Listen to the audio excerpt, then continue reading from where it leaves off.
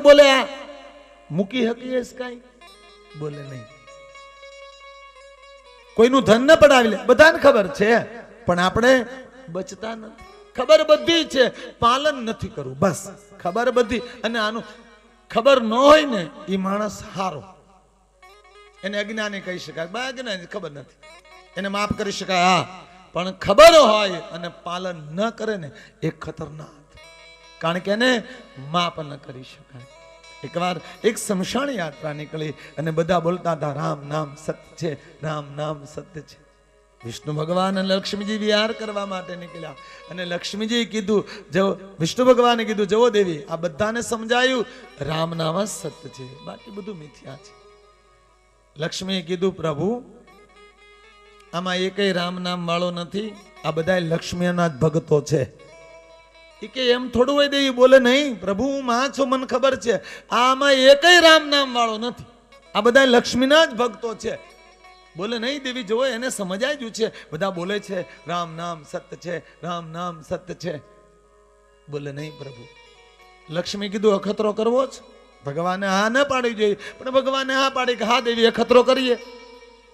હવે જ્યાં સ્મશાન યાત્રા જતી હતી ત્યાં ઉપરથી લક્ષ્મીએ ખાલી આમાં હાથ કર્યા અને પૈસાનો વરસાદ, 100ની, 200ની, 500ની, 2000ની હમણાં નવી સપાઈને આવી એનો આમ વરસાદ થવા મળ્યો.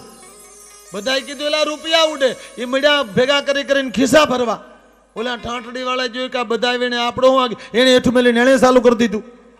ઓલા દોણી વાળા જોયું કે આ બધા વીણે મારો એને દોણી હેઠું મેલી નેણે ચાલુ કરી દીધું. હવે ભેગા કરી કરીને ખિસ્સા ભરવા મળ્યા. ઠાંઠડી ઠાંઠડીની જગ્યાએ, દોણી દોણીની જગ્યાએ. લક્ષ્મીએ ખડખડા રસ્તા કીધું, જોયું પ્રભુ છે કે રામ નામ વાળો? આ બધા ભેગા કરે, અમુક તો હાર્યું હાર્યું ગોતી ગોતીને થકડ્યું કરે. હમણાં નવી સભાને આવી છે. વિષ્ણુ ભગવાને જવાબ આપ્યો, ધ્યાનમાં લેજો વાલા, પ્રાણ હવે છે દ્રષ્ટાંતનો. દેવી તમારી વાત સાચી છે, આ બધા લક્ષ્મીના ભગત છે, પણ હું ન હોઉં ને તો તમારું કોઈ મૂલ્ય નથી, અને હું ન હોઉં તો તમારી કોઈ કિંમત નથી. લક્ષ્મીએ કીધું આ બધા વીણે હજી તમે એમ કહો છો હું હોઉં તો તમારું મૂલ્ય, હું હોઉં તો તમારી કિંમત છે. અને હવે વિષ્ણુ બોલ્યા, દેવી તમે ક્યારના કહો છો બધા વીણે છે, બધા વીણે છે, બધા લક્ષ્મી ભગત. બરાબર જુઓ, બધાય નથી વીણતા. તો એક ઠાઠડીમાં હું તો છે, એની માથે 500 ની પડી, એને લાંબો હાથ કરીને નથી લીધી, કારણ કે એમાં હું હરી નથી, હું આમાં રામ નથી. રામ હોય ત્યાં સુધી બધું રૂડું લાગે. એની માથે 2000 નું પડ્યું, એને લાંબો હાથ કરીને નથી લીધી, કારણ કે એમાં હું રામ નથી. અને બહુ સાચી વાત છે ને, કોઈ માણસ મરી જાય પછી એને તમે પૈસાથી દાટોથી કઈ રાજી થાય કે ભાઈ તમે રૂપિયા દાટો? અરે કોઈ માણસ બહુ મોટો માણસ હોય, એ ગુજરી જાય, એને સંદના લાકડાથી બાળોથી કઈ રાજી થાય? બન્યું ક્યારે એવું કે ભાઈ કોઈ મોટો માણસ હતો, એને સંદના લાકડાથી બાળ્યો, અને બાળીને આપણે આવતા હતા, એ રસ્તામાં હામો મળ્યો કે ભાઈ તમે સંદના લાકડાથી બાળ્યો, હું બહુ રાજી છું. એ હામો મળે નહીં ને હામો મળ્યો તમે ઉભા રહ્યો હોય નહીં, તાકાત છે ઉભા રહ્યો? પછી જેને બાળીને આવી નહીં કે ભાઈ સુંદરના લાકડામાં બહુ મજા આવી બળવાની, નહીં બા, આમાં ઈશ્વર છે. આ બધું રૂડું લાગે છે. જેવો રામ જાય, ધૂળ અને સોનામાં કોઈ અંતર નથી, બંને મિટ્ટી જ છે વાલા. પારકો ધણપનારો થાય તો નાસ્તિક કોને કહેવાય? મૂંડ અને નાસ્તિક થશે તો આસ્તિક કોને કહેવાય? એક લીટીમાં જવાબ છે, ધ્યાન આપજો. આસ્તિક કોને કહેવાય? બોલે મારા હરેક કર્મને પરમાત્મા જોઈ રહ્યો છે, અને મારું હરેક કર્મ મારે ભોગવવાનું. આ એક લીટી સમજાય જાય, દુનિયાના તમામ ગ્રંથો, તમામ વેદો, તમામ શાસ્ત્રો, તમામ ઉપનિષદો સ્વાહા, એક લીટી. મારા હરેક કર્મને પરમાત્મા જોઈ રહ્યો છે, અને હરેક કર્મ મારે ભોગવવાનું છે. કારણ કે કર્મથી સ્વયં પરમાત્મા કૃષ્ણ ન બચી શકે, રામ ન બચી શકે, તો આપણે કોણ? આજ ને તો કાલ હરેક વ્યક્તિને કર્મનો જવાબ દેવો પડે. અહીંયા સ્પષ્ટ કહ્યું, મારા હરેક કર્મને પરમાત્મા જોઈ રહ્યો છે, અને મારું હરેક કર્મ મારે ભોગવવાનું છે. કર્મ કરતા પહેલા 100 વાર વિચારજો. શું કામ? કે કર્મની નોંધ ભગવાન નથી લેતો, તો તમે ખુદ લ્યો છો. આપણે બધા એમ કહીએ ને, ત્યાં ભગવાનના દરબારમાં ચોપડા છે, ત્યાં જમા ઉધાર છે, ત્યાં બધાને જવાબ દેવો પડે. ગાલાત ત્યાં કોઈ ચોપડાય નથી, ત્યાં કોઈ લખવા વાળોય નથી. આપને ખબર છે મારી વિચારધારા બિલકુલ અલગ દિશામાં જાય છે. मेरे भोले के दरबार में सबका खाता है. ये प्रेम होई શકે, લાગણી હોઈ શકે, સત્ય ન હોઈ શકે. કારણ કે ત્યાં કોઈ સોપડા નથી, ત્યાં લખવા વાળોય નથી, ત્યાં કોઈ ભૂંવા વાળોય નથી. અને એક વાત તો આપણને એટલી ખબર પડે ને કે ભગવાન એમ કે કોઈના ભાઈ દુષ્કર્મ ન જો, કોઈના પાપ શું કામ જો, તો ભગવાન આપણા પાપનો હિસાબ રાખે. આણે એટલા પાપ કર્યા, આણે એટલા કર્યા, નહીં, તો આ પાપનો હિસાબ રાખે કોણ? પાપનો હિસાબ રાખનાર કોઈ હોય તો માણસ ખુદ છે. કઈ રીતે? જ્યારે ભગવાન મનુષ્ય દેહ જન્મ આપે ત્યારે આ દિમાગમાં એક એવું કેમેરો ફિટ કરે. હા, યાદ રાખજો, આ જે કેમેરા છે ને એમાં તો 9 દીનું શૂટિંગ થાય, આમાં 90 વર્ષનું શૂટિંગ થાય. અને પાછું ઓડિયો વિડિયો બે. હો, આ બે લેન્સ છે, આ બે ઓડિયો માઇક્રો છે જેમાંથી તમારી અંદર અવાજ જાય. હા, 70-80 વર્ષનું રેકોર્ડિંગ આમાં થાય. આ જોનારો ક્યાં? ભીતર બેઠો, તમે ભાગો ક્યાં? જોનાર તું, કરનાર તું, સાક્ષી તું, ભૂગતા તું, જવાબ દેનાર તું, અંતમાં યાદ રાખનારે તું જ છે. ન સમજાય તો તમારી 80 વર્ષની ઉંમર છે, હા, વયા જાઓ 40 વર્ષે. ક્યાં ગામમાં રહેતા હતા, શું કામ કરતા હતા, તમારા છોકરા કવડા હતા, ક્યાં અભ્યાસ કરતા હતા, ક્લિયર કટ. હા, તમારી 50-40 વર્ષની ઉંમર હોય તો વયા જાવ 20-22 વર્ષે. ક્યાં ગામ તમારી જાન ગઈ થી, કેવું સસરાનું ઘર હતું, કેવા ઘરવાળા હતા, કોણ કોણ હારે જાનમાં હતા, કયા ટ્રેક્ટરમાં જાન ગઈ થી. કારણ કે આથી 40 વર્ષ પહેલા તો ઈ હતા, એટલે ટ્રેક્ટર સંભાળવું પડે મારે. Clear cut. હા, તમામ પોત આની અંદર બધું રેકોર્ડિંગ થાય. બાપ, બહુ ઊંડાણમાં જાવ ને તો જોનારો તમારી અંદર બેઠો સવાલા. ક્યાં તમે ભાગશો? 4 દીવાની વચ્ચે કોઈ કામ કરો ને તો હું કે અહીંયા ક્યાં કોઈ ભાળે, તું ભાળે. હા, તો વાત પૂરી થઈ ગઈ ને. જવાબ તારે દેવાનો છે. ઈશ્વરના દરબારમાં જાવ ને ત્યારે એમ ન પૂછે બાજુ વાળો શું કરતો હતો, તમે શું, જો કે પૂછે જ નહીં. શું કામ? કે આમાં જે કેસેટ તૈયાર થાય ને, અહીંથી કેસેટ કેમ આપણે અહીંથી એક ગીત તમે ટ્રાન્સફર કરો તો સામે વયું જાય, એક વિડીયો ટ્રાન્સફર હોય જાય, એમ આ શરીર છૂટે ને એટલે આમાં જે કેસેટ છે ને એ એના મોબાઈલમાં ટ્રાન્સફર થઈ જાય. એને ખબર પડે કે આવું આવું કરીને આવે છે. હા, આ ઓછો નથી. Clear cut. વાસનાનો સોપડો ભગવાનના દરબારમાં લઈને જાય. પાપ કર્મ હોય નરકમાં ભોગવવા માટે મોકલી દે, સદકર્મ હોય સ્વર્ગમાં ભોગવવા માટે મોકલી દે, કર્મ હોય મૃત્યુલોકમાં ભોગવવા માટે. નિષ્કામ શ્વાસા જે પરમાત્મા માટે લીધા હોય એ તમામ શ્વાસા હરિ પોતાની સમીપ પોતાના દરબારમાં રાખે, જેને પરમધામ કહેવામાં આવે. એટલે તો નિષ્કામ કર્મનું આટલું બધું મહાત્મય છે. કર્મ આપણને બાંધે ક્યારે? જ્યારે એમાં સકામતા હોય. 60-70 વર્ષે આ દેહ છૂટી જાય પછી કેસે લઈને ભગવાનના દરબારમાં જાય. હવે ડીવીડી રાખે, સીડી રાખે, રામ જાણે, પણ એના મશીનમાં મૂકે ને બધું ક્લિયર કટ દેખાય. આવું આવું કરીને આવ્યો છે. ત્યાં બચવાની કોઈ બારી નથી. મારા હરેક કર્મને પરમાત્મા જોઈ રહ્યો છે. મારું હરેક કર્મ મારે ભોગવવાનું છે. કર્મ કરતા પહેલા 2 વાર વિચારી લેજો કે આનો જવાબ આજ ને તો કાલ મને દેવો પડશે. આજનો માણસ અશાંત હોય, આજનો માણસ પીડિત હોય, આજનો માણસ દુખી હોય તો એનું મૂળ કારણ પાપ વધતું જાય અને એ બહાર નથી થતું. આ યાદ રાખજો, પાપ બહાર થતું જ નથી. પાપ જે થાય એ તમારા ચિત્તમાં થાય. કોઈની હત્યા કરો, એની નિહાપો, એની કદવા તમારા ચિત્તને અશાંત કરે. જેટલું તમારું મન અકળાતું હોય ને અશાંત રહેતું હોય ને એટલું યાદ રાખજો કોઈ પણ પ્રકારનું પાપ ભેગું થાય. બાર સત્ય બોલો, પાવર અહીંયા ઘટે. બાર કપટ કરો, પાવર અહીંયા ઘટે. સમાજની હિંસા કરો, સમાજને દગો આપો, પાવર અહીંયા ઘટે. અને પાવર તમારામાં ઘટે એટલે પછી આપ જાણો છો મન અશાંત થાય. તમારી જેટલી પવિત્રતા હશે ને એટલું તમારું મન પ્રસન્ન રહેશે, અને જેટલી ભીતર ગંદકી હશે એટલું મન શાંત રહેશે. એટલા માટે તો મારા સંતોએ બહુ સરસ શબ્દો આપ્યા છે. પુણ્ય ગયું પરવારી આજે વધી રહ્યો છે પાપ, કહો ને ક્યાંથી રીજે મારો રામ. ગયું પરવારી આજે વધી રહ્યું છે પાપ, કહો ને ક્યાંથી રીજે મારો રામ. સ્વાર્થના સૌ સગા સંબંધી સ્વાર્થમાં છે દુનિયા. સ્વાર્થના સૌ સગા સંબંધી સ્વાર્થમાં છે દુનિયા.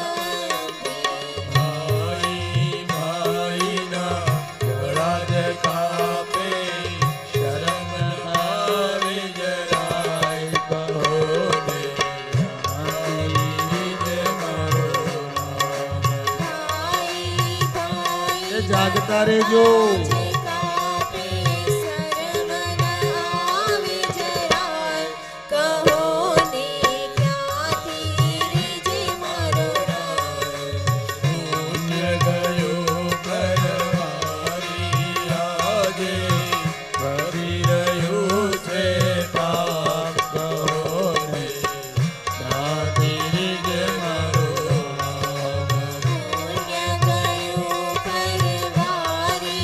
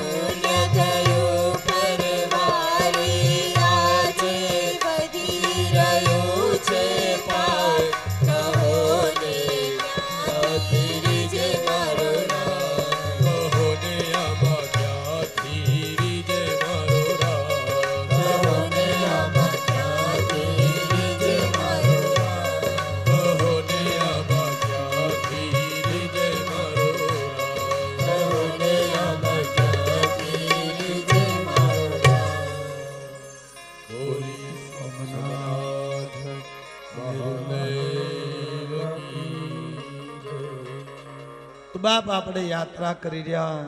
કલિયુગમાં માનવ કેવો થશે? મૂઢ અને નાસ્તિક હશે. મૂઢ એને કહેવાય જેને જગતની કોઈ ખબર નથી. નાસ્તિક એને કહેવાય ખબર હોવા છતાં પાલન નથી કરવું. અને આસ્તિક એને કહેવાય કે મારા હરેક કર્મને પરમાત્મા જોઈ રહ્યો છે, મારું હરેક કર્મ મારે ભોગવવું. 4 વર્ણમાંથી લેખની કરીશ. બ્રાહ્મણ કેવો થશે, ક્ષત્રિય કેવો હશે, વૈશ્ય કેવો હશે, શુદ્ર કેવો હશે. બ્રાહ્મણ લોભરૂપી મગરનો કોળિયો થઈ જશે. એક બ્રાહ્મણ ગરીબ હતો તો રૂડું લાગે, એક બ્રાહ્મણ લોભી હતો તો કલંક લાગે. બ્રાહ્મણ ક્યારે લોભી નહીં હોય, પણ આગળ એવી વૃત્તિઓ આવશે. વિદ્યા ભણશે તો ધન ઉત્પાદન માટે, વેદને વેચનારા થશે. આજ છે, આજ ગ્રંથો વેચાય છે. આજે તમારે કથાનું આયોજન કરવું હોય ને તો તમને પૂછે તમે કથા કરવાના કેટલા પૈસા લ્યો છો? મને હસવું આવે. મેં તો આપને ખુલ્લેઆમ દાવાથી કીધું કે આ 369 ગામમાંથી કોઈ એમ કહી દે ને કે એટલા રૂપિયા આપીને મેં રાજુ બાપુને કથા કરવા લાવ્યા, ચોકડી મારી દીજો નામ માથે. તમે એટલાની આખો વિશ્વ જોઈ રહ્યું છે આ વાતને. સાધુ ક્યારે વેચાય નહીં, વેચાય તો એ સાધુ નહીં. કોની તાકાત છે શિવપ્રાણના એક વિચારનું મૂલ્ય ચૂકવી શકાય? દાનવને માનવ બનાવે કે શૈતાનને સાધુ બનાવે એવો મારા મહાદેવનો ગ્રંથ કોની તાકાત છે આને ખરીદી શકાય? શક્ય નથી. હા, એક વ્યવહાર હોય કે ભાઈ અમારે ફલાણા કાર્ય માટે યજ્ઞ કરવો છે તો તમે અમારો યજ્ઞ કરી દો, અમે તમારું એટલું કામ કરી દઈએ. વ્યવહાર હોઈ શકે. અનુપરા દેશવાસીઓને કહું છું કે મારી વ્યાસપીઠ વિના મૂલ્ય આવે છે. તમે જે ગામમાં કથા થાય એને પૂછજો. આ બેઠા બધા અમે તો અમારા ટ્રસ્ટ દ્વારા આયોજન કરે, તમામ ખર્ચ અમારા ટ્રસ્ટનું હોય. ગામજનોએ ખાલી 2 જ વાતની સેવા આપવાની, એક ઉતારાની લાઈટ પાણી સ્થળ, એના સિવાય કોઈ ચીજ નહીં. ખર્ચનો તમામ યજ્ઞ મારું ટ્રસ્ટ ઉપાડે છે. હરેક ગામની અંદર યજ્ઞ કરવામાં આવે છે. એક વર્ષમાં 25 થી 26 કથાઓ મારી વ્યાસપીઠ કરે છે.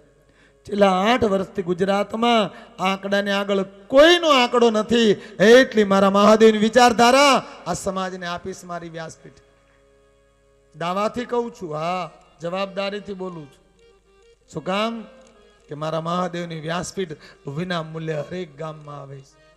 અને કોઈ પણ શિવ કથા કરવા ઈચ્છતા હોય તો કોઈ પણ બજેટ વગર, કોઈ બજેટ ન હોય તમારી પાસે, ખાલી અમારો સંપર્ક કરે કે બાપુ અમારે મારા ગામમાં કથા કરવી છે, તમામ આયોજન અમારું ટ્રસ્ટ કરી દે. મંડપથી માંડીને તમામ ચીજ. આ ગ્રંથ વેચવાનું નથી, વેચવાનું જે કુળમાં જન્મ્યા છે મહાદેવનું કુળ છે અમારું. હરેક ઘર સુધી, હરેક ગામ સુધી, હરેક વ્યક્તિ સુધી મહાદેવનો વિચાર પહોંચાડવો એ મારો સ્વધર્મ છે. તમારે ઘરે આવીને યજ્ઞ કરવો નહીં એ મારો ધર્મ છે. એના બદલામાં શું દેવું એ તમારો ધર્મ છે. મહાદેવનો વિચાર તમારા ઘર સુધી લઈ જાઓ એ મારો સ્વધર્મ છે. એના બદલામાં શું દેવું એ તમારો ધર્મ છે. સાધુ વેચાય નહીં અને ગ્રંથ તો વેચાય જ નહીં. ક્યારે કોઈ બજેટ નથી મારી વ્યાસપીઠનું. પણ સમાજમાં એક વ્યવહાર હોય, ગલત અર્થ કરો જવાબદારી તમારી રહેશે. વ્યવહાર હોઈ શકે, વેપાર ન હોઈ શકે. ધર્મ કોઈ દી વેપાર નથી, ધર્મ મહાવ્યવહાર છે. સાધુ બ્રાહ્મણ ક્યારેય વેચાય નહીં અને ગ્રંથને કોઈની તાકાત નથી ખરીદી શકાય. સાક્ષાત મારો મહાદેવ છે શિવ મહાપુરાણ. તમારા કુળને ઈશ્વરમાં વાસ કરાવી દે, તમારા ગામની ભૂમિનું પરિવર્તન કરી નાખે, જીવાત્માઓને શ્રાપથી મુક્ત કરી દે એવો મારો મહાદેવ સંપત્તિથી ખરીદી ન શકાય.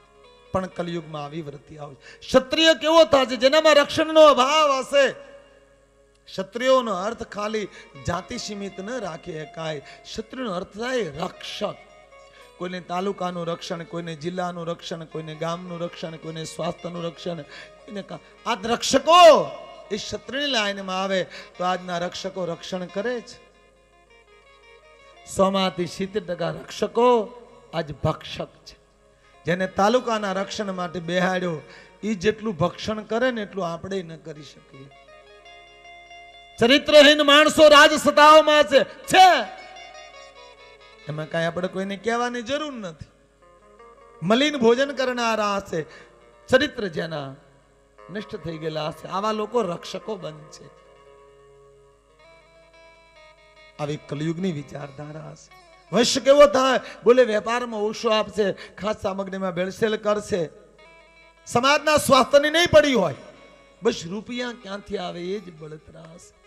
આજ છે માર્કેટમાં કોઈ ચીજ ખરી એવી કે તમને ચોખ્ખી મળે? હરેક ચીજ આજ મિલાવટ વાળી મળે છે. પ્લાસ્ટિકના તો ચોખા આવવા મળ્યા અને પાછા ખાઈ જવાય નહીં બાપ. આ બીમારી ખાલી શહેરોમાં જ છે એવું નહીં, ગામડામાં પણ આવી ગઈ. ભ્રષ્ટાચારનો અર્થ થાય કોઈની પીઠ પાછળ કરેલું કામ. બહુ ટૂંકામાં કહી દઉં, કોઈ માણસ તમારામાંથી વિશ્વાસ કરે ને એનું શોષણ કરવું ને એને ભ્રષ્ટાચાર કહેવાય. હા, આપણે આમ શહેરમાં આંગળી સીધીએ કે શહેરોમાં ભ્રષ્ટાચાર થાય, આમ કરીએ ને તો ત્રણ આપણી સામે આવે. ક્યારેક સંયમને પૂછો, આપણામાં તપાસ કરજો બરાબર, કઈ ને કઈ સકડામાં પગ પડી જાય છે. આપણે ગામડામાં બીમારીઓ, હા ગામડામાં આપણે દૂધ માટે ગાય ભેંસ રાખીએ, દૂધનો વેપાર કરીએ, એમાં પાણી નાખીએ, બોલે નહીં તો તમે ભ્રષ્ટાચારથી મુક્ત છો. પણ આજ અમુક કેવું કરે, જેને દૂધ દેવાનું હોય ને એને બધાને આમ પાળે બેહાડે. આ સૌરાષ્ટ્રવાદીઓ વધારે સમજી શકે.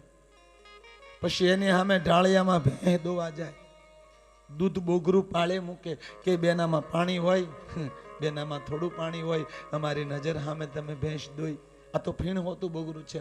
લાવો, મારે જરાય ખોટું નથી કરવું, હા મારે બધાને ચોખ્ખું દૂધ દેવું, એ બધાને ફીણ હોતું દૂધ દઈ દે. ગામમાં એનું માન વધી જાય કે ઓહો કેટલી બાઈ ચોખ્ખી છે, આપણી સામે ભેંસ દોવે અને ફીણ હોતું દૂધ બધાને આપી દે. વાહ, આ બાઈ તો કેટલી ઈમાનદાર છે, સમાજમાં માન વધી જાય. પણ એને ભગવાનને બેને જ ખબર હોય કે ભેંસ દોવા ગઈ ને ત્યારે બોઘરામાં જ 2 કળશા પાણી લઈ ગઈ હતી. આ ભ્રષ્ટાચારની તો થયું હું એ આપણે આમાંથી કોઈ નથી કરતા હો, આપણે તો બધા ડાયા છે. પણ આવું થાય બોલે હા ક્યાં નથી. એક સત્ય ઘટના કહું છું, બહુ વર્ષો પહેલાની જ. 108 શિવપુરાણ મારા આશ્રમમાં કરીને એની પહેલાની આ ઘટના છે. પછી તો પધરામણીમાં ક્યાંય જતો નથી. પધરામણીમાં એટલા માટે નથી જતો કે આપણામાં પધરામણી કરવા જેવું કાંઈ છે નહીં. પધરામણી સાધુ સંતોની હોય, મારે જેવા બાવાની તો કાંઈ હોય નહીં. હા, હું તો ખુલ્લેઆમ કહું છું કે પધરામણી મહંતોની, સંતોની, મહાપુરુષોની હોય. અને હું સ્પષ્ટ કહું છું, હું કોઈને ઘરે પધરામણીમાં નથી જાતો. અને કોઈ મને કહે તું પગે લાગીને કહું કે વાલા મને કહેશો નહીં. આપણામાં પધરામણી કરવા જેવું કાંઈ છે નહીં, શું કામ જવું જોઈએ ભાઈ. અને કોઈના ઘરે પ્રસાદ પણ નથી લેતો. મારો યજ્ઞ હોય ને અવશ્ય લઉં છું.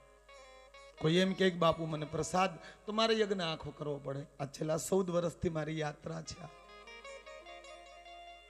પણ એ સમયમાં અમે એક બેનને ઘરે, બનેલી ઘટના છો, હવે પધરામણી કરવા ગયા અને પૂજા પાઠ હાલતો હતો ને એમાં એ બેન કે બાપુ હું 1 રૂપિયો કોઈનો હરામનો નથી લેતી, મેં કોઈ દી 5 રૂપિયા કોઈના ખોટા નથી કર્યા. મેં કીધું વાહ, આવા સમયમાં આટલું બધું ધ્યાન રાખે, ગજબ કહેવાય. પણ મારો મહાદેવ જવાબ તો તરત આપી દે. હવે એક બેન દ્વારમાંથી આવ્યા, ફલાણા બેન હા કેરોસીન છે? બોલે હા. તો એક 5 લીટર આપો ને. ઉભા થયા, ઘરમાંથી ડબલું લઈ બેનને કેરોસીન દીધું, પૈસા દીધા, અંદર મૂકી દીધા અને પાછા પૂજામાં બેસી ગયા. એટલે મારો સ્વભાવ, કોઈ જગ્યાએ મને ભૂલ દેખાય તો પ્રેમથી કહું કે વેલા આપણે અહીંયા આવ્યા તો બરોબર, પણ આ જરાક વ્યવસ્થિત કરજો, આમાં થોડી આપણી ભૂલ થાય છે. એટલે મેં સ્વાભાવિક કીધું બેન બહુ સારી વાત કહેવાય, તમે 1 રૂપિયો કોઈનો હરામનો ન લો, 5 રૂપિયા કોઈના ખોટા ના કરો. પણ એક સવાલ પૂછું? મને કે પૂછો. મેં કીધા બેન કોણ હતા? મને કે મારા પાડોશી હતા. શું કામ આવ્યા હતા? મને કે કેરોસીન લેવા. મેં કીધું તમે આપ્યું? મને કે હા. કેટલું આપ્યું? મને કે 5 લીટર. મેં કીધું કેટલા પૈસા લીધા? મને કે 125 રૂપિયા. મેં કીધું આવ્યું તું કેટલામાં? અને હલવાણી, કારણ કે આવ્યું તું પસામાં, ઠબકાર્યું હવાઓનું, અને પાછી કે ભ્રષ્ટાચાર નથી કરતું.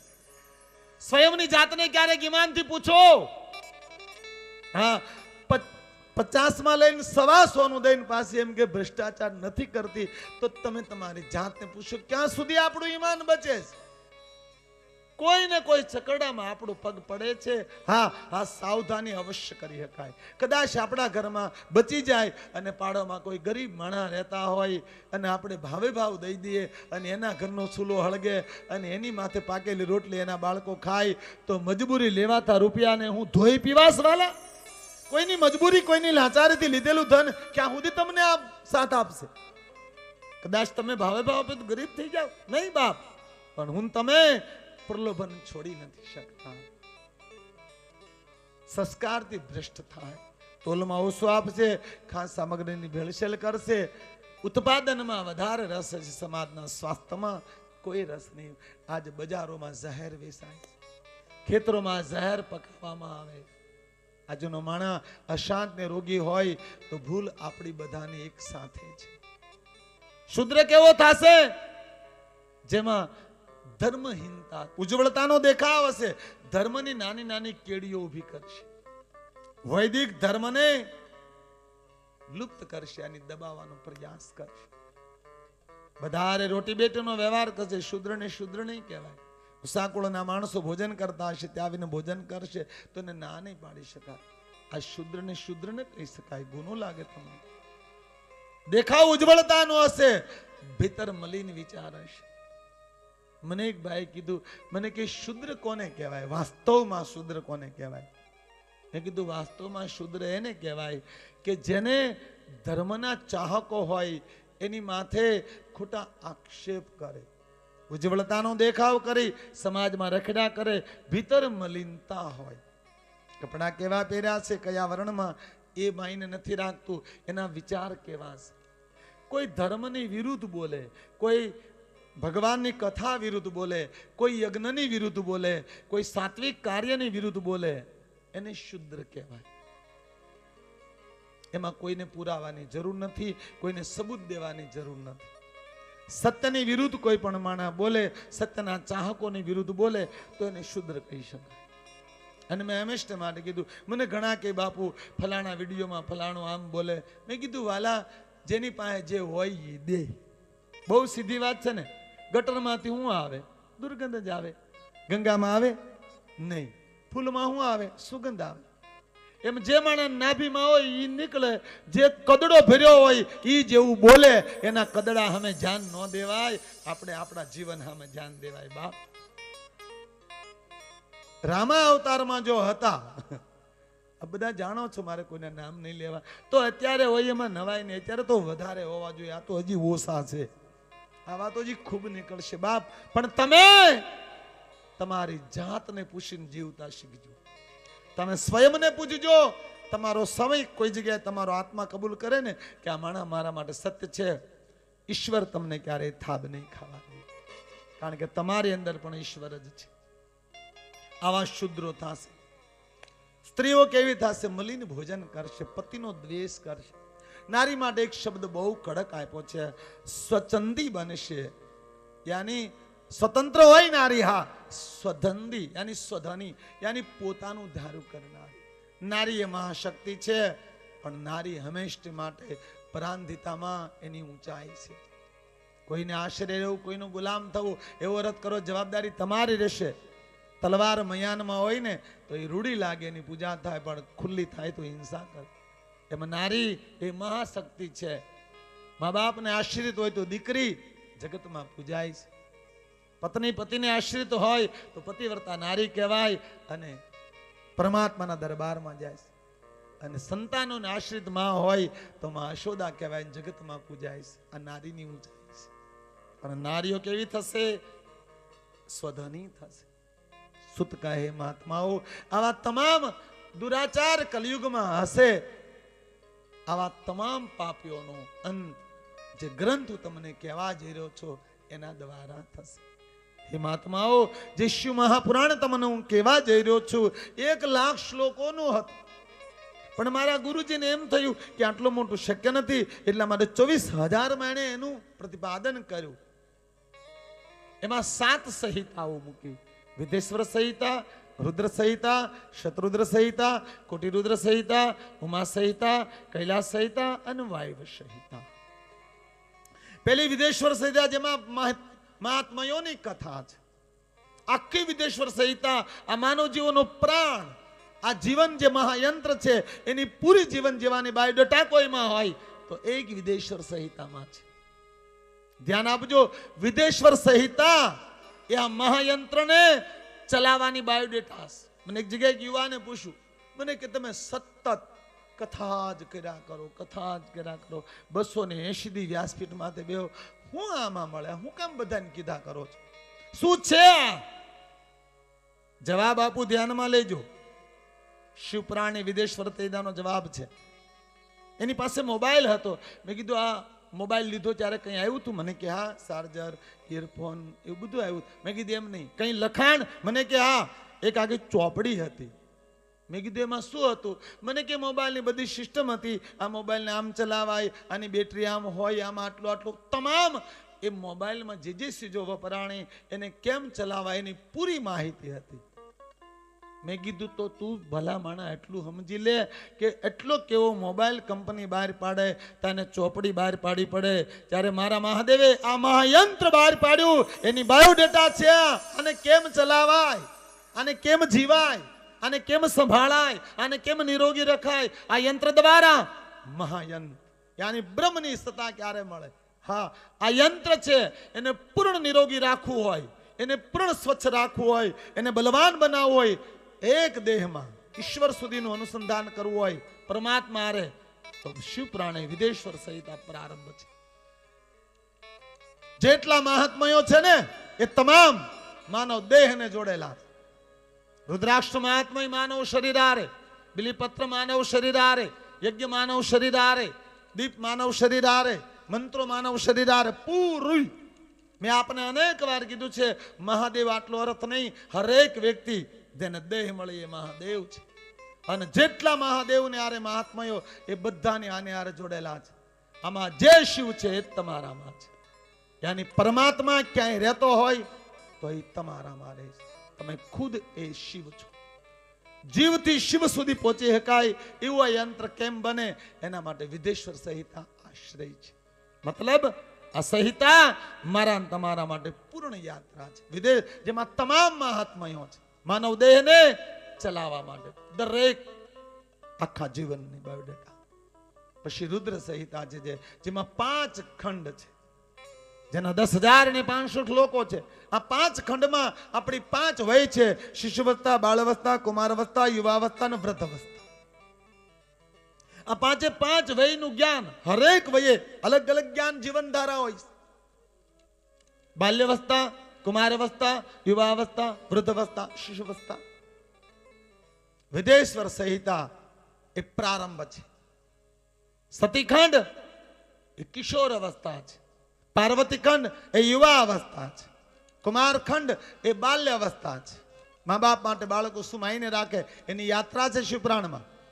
અને અંતિમ ખંડ યુદ્ધ ખંડ એ વૃદ્ધો માટે છે. લાસ્ટ જીવનનું છેલ્લું યુદ્ધ વૃદ્ધાવસ્થા. આ 5 વયનું જ્ઞાન આ 5 ખંડમાં છે. કાલે એવી કથા આવે છે કે જે યુવાન ભાઈ બહેનો સાંભળે ને એના કુળમાં રોગી, વિકલાંગ, અપંગ બાળકના જન્મે. આજ રોજના ગુજરાતમાં હજારો બાળક વિકલાંગ જન્મે, પૂરા દેશમાં જન્મે. શું કામ? એટલે ક્યારેક તો વિચાર કરો, જન્મે ત્યાંથી બાટલા સડાવવા પડે, કોડિયામાંથી. અરે ઘણાય તો જન્મે ત્યાંથી કાચની પેટીમાં રાખે, હવેની નસુમાં દવા ભરી ભરીને એને ઉભો કરે. એ મોટો થઈને કરી હું દે? જન્મતાની સાથ તમે ઝેર પાવાનું શરૂ કર્યું. આ મોટા થઈને શું કરશે બાપ? જે મા બાપ અહીંયા બેઠા યુવાન, જો જીવનમાં તમારા ભવિષ્યમાં રોગી, ક્રોધી અને વિકલાંગ બાળકના મા બાપ ન બનવું હોય તો કાલની અવશ્ય કથા પૂર્ણ સાંભળજો. શું કામ? કે કાલે સતીખંડની ગર્ભની કથા છે. હા, આ માનવ દેહનો પાયો ક્યાં બને ભાઈ? કારણ કે જેવો પાયો એવી ઇમારત થાય. એક કાલે સંહિતામાં આવે છે. શું કહું, એક ગામમાં મારી કથા હતી. એક છોકરાને લાવ્યા, એ બસપંથી વૃદ્ધ છે. અમેરિકા સુધીના ડોક્ટરે કહી દીધું આને દાંત નહીં ઉગે, 3 ફૂટની ઊંચાઈ થાય, સફેદ વાળ, સફેદ આંખ્યું. એને અમે જીનાત કહીએ છીએ. એક ગામમાં એક દીકરીને લાવ્યા હતા. એટલું મોઢું એટલા હાથ અને 2 પગના પોચા, એટલું માણસની સાંભળી, આખું શરીર ભેંસની સાંભળી, આખા શરીરમાં કાળી સાંભળી. આનું ભવિષ્ય શું? અરે એક ગામમાં, કોઈ ગામનું નામ નથી લેતો, એક છોકરાને લાવ્યા. એ છોકરાની 2 હવા 2 વર્ષની ઉંમર હતી, 2 વર્ષનું. એ જીવડું ફાળે સીધું મોઢામાં જ નાખી દે. આપણું છોકરું ચોકલેટ ખાય છે, જીવડા ખાઈ જાય, બોલો, સીધું મોઢામાં નાખી દે. આ વિકૃતિ ક્યાંથી આવી? આ મારા ને તમારા બાળકોમાં રોગ ક્યાંથી આવ્યો? આજના યુવાન ભાઈ બહેનોના ગલત આચરણથી જવાબ કાલે આપીશ. શું કહું આ સમાજને? ક્યારેક ક્યારેક મને દયા આવે, પણ આજના મા બાપ યુવાન ભાઈ બહેનોમાં આ વાવેતર નથી કરતા. આ કથા વૃદ્ધો માટે નથી, શિવપુરાણ એ મધ્ય યુવાનો માટે છે. મેં હંમેશા માટે કીધું છે કે 50 વડીલો બેઠા હોય અને 5 યુવાનો બેઠા હોય, એ 5 યુવાનોની જેટલી ખુશી મને હોય એટલે 50 વૃદ્ધોની હોય. કારણ કે 5 યુવાન કાલ 20 વર્ષ પછી 50 નો માલિક હશે. એના માસે તો આગળ આવશે. આ શિવપુરાણ એ મધ્ય છે, યૌવન અવસ્થાની કથા છે. શિવપુરાણ યુવાન ભાઈ બહેનો માટે છે. પણ આજના મા બાપ, મારો દીકરો ભણે ગણે કોલેજ કરે, એક પૈસા કમાવાનું મશીન બને. કેટલા મા બાપ પોતાના સંતાનને માનવ બનાવે છે?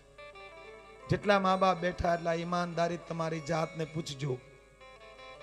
તમારો દીકરો 10માં સારામાં સારા નંબર લાવે એના માટે પ્રયાસ કર્યો છો? હા.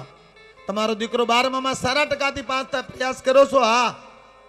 તમારો દીકરો શિવ ચાલીસાના પાઠ કરે કે રામાયણના પાઠ કરે કે શિવપુરાણના પાઠ કરે કે ગીતાના પાઠ કરે એનો કરે પ્રયાસ કર્યો છે? નહીં. તમારો દીકરો રોજ હોમવર્ક કરે એની કાળજી રાખો? હા. તમારો દીકરો રોજ 5 માળા કરે એની કાળજી રાખી ક્યારે? નહીં. તમારો દીકરો રોજ ક્લાસે જાય, રોજ ભણવા જાય એની કાળજી રાખો? હા. તમારો દીકરો રોજ શિવાલય જાય કે રામાલય જાય, કૃષ્ણાલય જાય એની ક્યારે કાળજી રાખીશ? નહીં. મેન તમે મશીનો બનાવ્યા, માનવ નહીં. શું કહું? સમાજને કડવું લાગે, નૈતિકતા છે મારી ફરજ કે મારા સમાજને સત્ય કહેવું જોઈએ. આજનો બાપ એક ડોક્ટરને પેદા કરે છે અને ડોક્ટરને દવાખાનામાં બેસાડે છે. પછી હું કહે એનો બાપ, સાંભળી લેજે દીકરા, જિંદગી ભરની કમાણી મેં તને ડોક્ટર બનાવવામાં વાપરી નાખી છે, હવે કમાઈને દેખાડજે. એ ડોક્ટરના દવાખાનામાં જ્યારે દર્દી આવે ને, ત્યારે દર્દીને જોઈ અને ડોક્ટરને એ વિચાર નથી આવતો કે આ દર્દીને કઈ વાતની પીડા છે અને કઈ વાતનું દુઃખ છે અને કેમ મારે પીડાથી મુક્ત કરવો. એ ડોક્ટર એટલો જ વિચાર કરે છે કે આ દર્દીમાં મારે કેટલું બિલ બનાવવાનું છે અને આને કેટલું કાપવાનો છે. 100માંથી 60% ડોક્ટરો આજ ગલત ઓપરેશન કરે છે. હા, 100માંથી 60% ડોક્ટરો નહીં, જલ્લાદો છે. એક ટીકડીથી હારું થઈ જાય ત્યાં તમારા 4 રિપોર્ટ થાય. 3 દિનના દવાથી હારું થઈ જાય એના માટે તમારા શરીરોને કાપી નાખવામાં આવે. શું કામ? 1 રૂપિયાની ભૂખ છે. આજનો બાપ એક પ્રોફેસરને પેદા કરે છે જે વિદ્યાલયમાં ટ્યુશનના વિદ્યાર્થી ગોતવા જાય. આજનો બાપ એક એન્જિનિયર પેદા કરે છે. આ બિલ્ડિંગમાં કેટલા રૂપિયા કાઢવા, કેટલું લોખંડ કાઢવું, કેટલી સિમેન્ટ કાઢવી, એનું ટોટલ મારે, એમાં કેટલી જિંદગી રહેશે એનું ટોટલ આજનો એન્જિનિયર નથી મારતો. 100માંથી 70% સમાજમાં વિકૃતિ વધતી જાય છે. આજના મા બાપ માનવ નહીં, મશીનો પેદા કરે છે. તમારા બાળકો ખૂબ ભણે ગણે આગળ આવે, મારો આશીર્વાદ છે, પણ તમારા બાળકો માનવતા ન ચૂકી જાય એને યાદ રાખજો. તમારો બાળક ડોક્ટર બની અને એની માનવતા ન ભૂલી જાય. એવા ડોક્ટરો જોયા છે મેં કે લાશના રૂપિયા લે. 60,000 નું બિલ છે, છોકરો 17 વર્ષનો ગુજરી ગયો, પેલા 60,000 ભરી જાવ પછી આ લાશ લઈ જાઓ. 60 વર્ષનો દીકરો ગુજરી, 17 વર્ષનો દીકરો ગુજરી ગયો ને, એની ડોક્ટરને જરા પણ રતિભાર દુઃખ નથી, એના 60,000 બિલની પડી. અને કયા એંગલથી મારે માનવ કેવો? આ સમાજમાં વિકૃતિ છે એટલે મને બોલવું પડે છે. કડવું લાગે તો માફ કરજો સમાજ, પણ જે હોદા માથે બેઠા છો ને ત્યાં તમારી માનવતા નહીં ગુમાવતા. નકર અમે તો સમાજ છીએ, માફ કરી દેવું, પણ ઈશ્વર ક્યારેય માફ નહીં કરે. 2 વ્યક્તિને સમાજમાં ક્ષમા નથી. યાદ રાખજો, 2 વ્યક્તિને આ બે વ્યક્તિને પરમાત્મા ઈશ્વર કહે છે. એક સાધુ અને બીજો વૈદ. આ બેને ઈશ્વરના દરબારમાં સમા નથી. સાધુ સમાજ આ વાતને ધ્યાનમાં લેજો. શું કામ કે હું અહીંથી એમ કહું કે ફલાણા વેદમાં ફલાણી જગ્યાએ ફલાણું લખ્યું, તમે શું કરો? માથું ઝુકાવીને માની લ્યો. દુનિયામાં એક વ્યાસપીઠ એવી રહી છે કે જેની માથે લોકોનો ભરોસો છે, અને અહીંયા બેહીન જો ભરોસાના ખૂન થાય તો ઈશ્વર ક્યાં જઈને રહેશે? ક્યાં બચશે પરમાત્મા? આ બે માટે શબ્દ આપ્યા છે. ડોક્ટર સ્વાર્થી ન હોવો જોઈએ અને સાધુ કપટી ન હોવો જોઈએ. ડોક્ટર તમને એમ કે ભાઈ અહીંયા ફલાણું આંતરડું હડી ગયું તો આપણે શું કહીએ? હા સાહેબ ઓપરેશન કરો, સાહેબ જલ્દી કરો, દુખાવો મટાડો. કારણ કે તમને ખબર નથી અહીં કયું હડ્યું. આખી વિષય માની લ્યો. એક ગ્રંથ કોઈ સાધુ વ્યાસપીઠ માથે બેહીને કહે કે ભાઈ ફલાણું અહીંયા આમ લખેલું છે, તો તમે તો ક્યાં ગોતવા જવાના ઉપનિષદોને, ક્યાં ગોતવા જવાના વેદને, અને ક્યાં ગોતવા જવાના શિવ મહાપ્રાણના એ સોપાઈઓને? તમે માની લ્યો છો, અને તમે જેને માથું ઝુકાવીને માની લ્યો છો ને, એ ઝુકાવનાર કપટી હોય તો તમે એને માફ કરી શકો. સાધુને ને વૈદને પરમાત્મા ક્યારેય માફ નથી કરતો. આ બે ઈશ્વરના રૂપ માનવામાં આવે. આ બે પાસે માણા રોતો રોતો જાય ને સાનો રહીને આવે છે. એક વૈદ જેની પાસે માણા રોતો રોતો જાય કે ભાઈ આ પીડા છે, અને ડોક્ટરને સાનો રાખીને મોકલે છે. અને એક સાધુ જે માણા ભવરોગથી પીડાતો હોય અને જાય કે બાપુ આ પીડા છે, પરિવારનો પ્રશ્ન છે, અને સાધુ કે બેટા આટલું ભજન પૂજન અર્ચન કરજે, તારી પીડા મટી જાય, મારો આશીર્વાદ છે.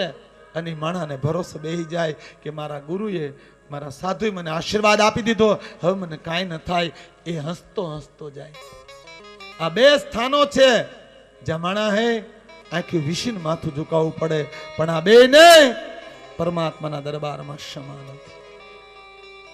આજનો બાપ ડોક્ટરને પેદા કરે, માનવને નહીં.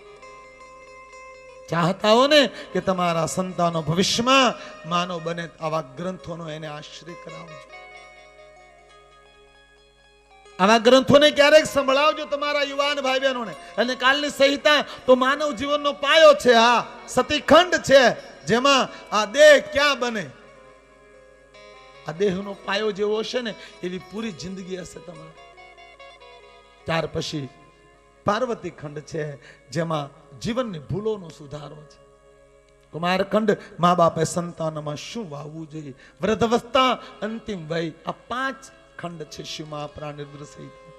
શત્રુદ્ર સંહિતા જેમાં ભગવાન 108 અવતારની કથા છે.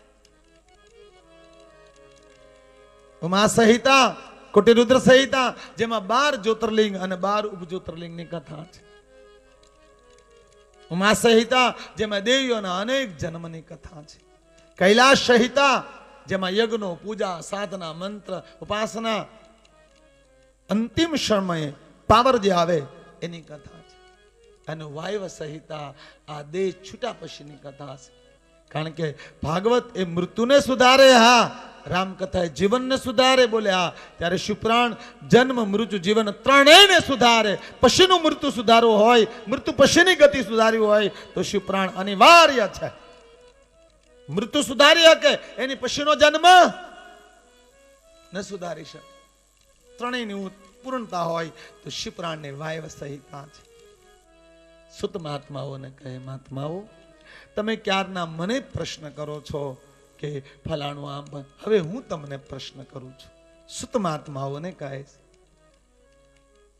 હું તમને શિવ મહાપ્રાણની યાત્રા કરાવવા જઈ રહ્યો, પણ તમને એક સવાલ પૂછું મહાત્માઓ, તમે કયા માર્ગે યાત્રા કરવા માંગો છો? મતલબ અહીંયા મહાત્માઓને પૂછવામાં આવ્યું કે તમે કયા માર્ગે હાલવા માંગો છો, તમારો ઈષ્ટ કોણ છે? કારણ કે ઈષ્ટ એક હોવો જોઈએ. સાજ બિના સોઈ ઘર ને પાવે, સન્મુખ દર્શે શિવ, આત્મદર્શ અળગી કરી જુદું ભાળે તે જીવ. આ ઈષ્ટ એક હોય.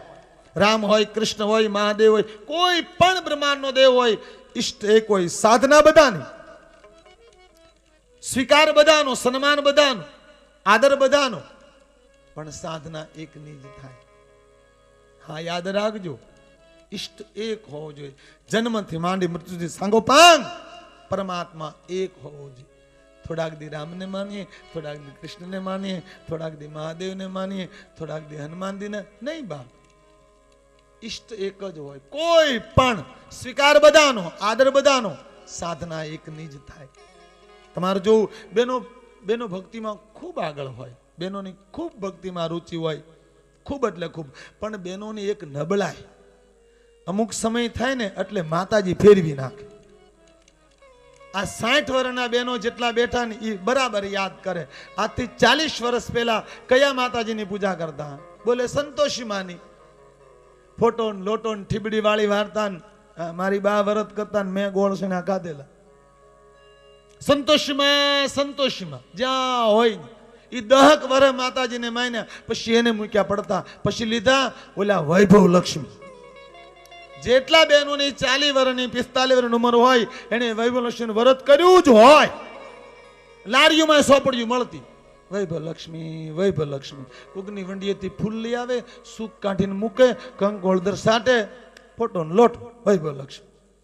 એ 10 વર્ષ એને માન્યા, એને કઈ બંધ્યું નહીં, તેને મૂક્યા પડતા. હવે લીધા ઓલા હાંઠિયા વાળા માતાજી, જ્યાં જોવો ત્યાં દશામાં ઓટલે હાંડિયા, ટોબલે હાંડિયા, ઝૂંપડે હાંડિયા, બંગલામાં હાંડિયા, લારીઓમાં હાંડિયા નીકળે. પાછા એમાંય 2-3 વર્ષ આવે, 2 આવે, એક મૂર્તિ વાળું ને એક ફોટા વાળું. એક બેનને ઘરે હું ગયો તે માતાજીનો ફોટો હતો. મેં કીધું કેમ? મને કે હું ફોટાનું વ્રત કરું છું, એટલે આપણે તો પગે લાગવું પડે, એના દશામાં આપણા દશામાં. એટલે હું આમ પગે લાગ્યો ને, જેને આમ ખારેકનું ગોળ ચક્ર હતું. મેં કીધું બેન આ ખારેક તો હળી ગયેલી છે. મને કે દશામાં ક્યાં ખાવી હોય? લે દશામાં રાખે કેટલા દી? 10 દી. પડવાની દશામાં બેહાડે તો એ 10 દી એટલી માતાજીની પૂજા કરે. એક રંગના કપડા પહેરે ને હેઠા હુવે ને ઉપા કરે ને મૂંગા રે ને કઈ એક વાના કરે. 10 દી એટલી દશામાની પૂજા કરે, દશામાના ભૂકા કાઢી નાખે. દશમને દી ઉપાડે, પાટલા માથે, તાહડામાં, ટોપલામાં લઈ જાય તળાવની પાળે. એ દશમને દી તળાવની પાળે મૂક્યા આવે. તે આવતો શ્રાવણ મહિનો આવે ત્યાં દશામાં જાણે, તળાવ જાણે. હમ કાજુ કોઈ દી ખબર કાઢવા જાય કે મારી દશામાં શું કરે? નહીં બાપ, હું વરતના ટીકા નથી કરતો. માં જગદંબા, મમાઈ માં, હા એ કોઈ સામાન્ય નથી, જગદંબા છે. માં કાલીનો અંશ અવતાર છે. પણ 10 દી માની દશામાની પૂજા કર્યા બાદ જીવન પર્યંતમાં દશામાં શ્વાસમાં ન આવે તો તમારી દિશા કાંઈ ન બદલે મારા બાપ. 1 મહિનો શ્રાવણ મહિનામાં એટલો મહાદેવની પૂજા કરે કે મહાદેવનું ધોઈ નાખે. શ્રાવણ મહિનામાં મંદિરે જાય ને તો શંકર દાદા બહાર બેઠા હોય. કેમ તો કે એટલું પાણી રેડે, આંખું નથી ઉઘાડવા દેતા.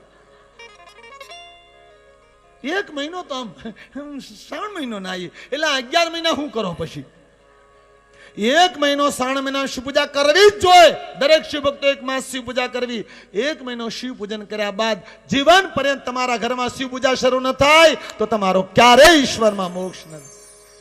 ત્યાં 9 દીનું ટ્યુશન છે 1 મહિનાનું. હા યાદ રાખજો આ બરાબર. ત્યાં તો 1 મહિનો ટ્યુશન કરવાનું છે, શિવ પૂજા કરવાનું, પછી જીવનભર ઘરમાં કરવાનું છે.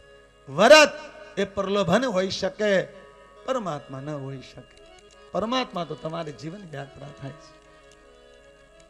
એક સાધ્ય હોવું જોઈએ, એક મૂર્તિ, એક મંત્ર ને એક માળા. 12 વર્ષ અખંડ કોઈ સાધના કરે તો એમાં પ્રાણનું સંચાલન થાય એટલી તાકાત છે એક મૂર્તિમાં. ઘણા એમ કે ને મૂર્તિ થોડી વાતો કરે, તમારામાં મારામાં તેવડ નથી. મૂર્તિ વાતો ન કરે, મૂર્તિ તમારી સામે આવીને સેવા કરે. હા એવા એક નહીં, હજારો દાખલા ભારતની ભૂમિ માથે બતાવી દઉં.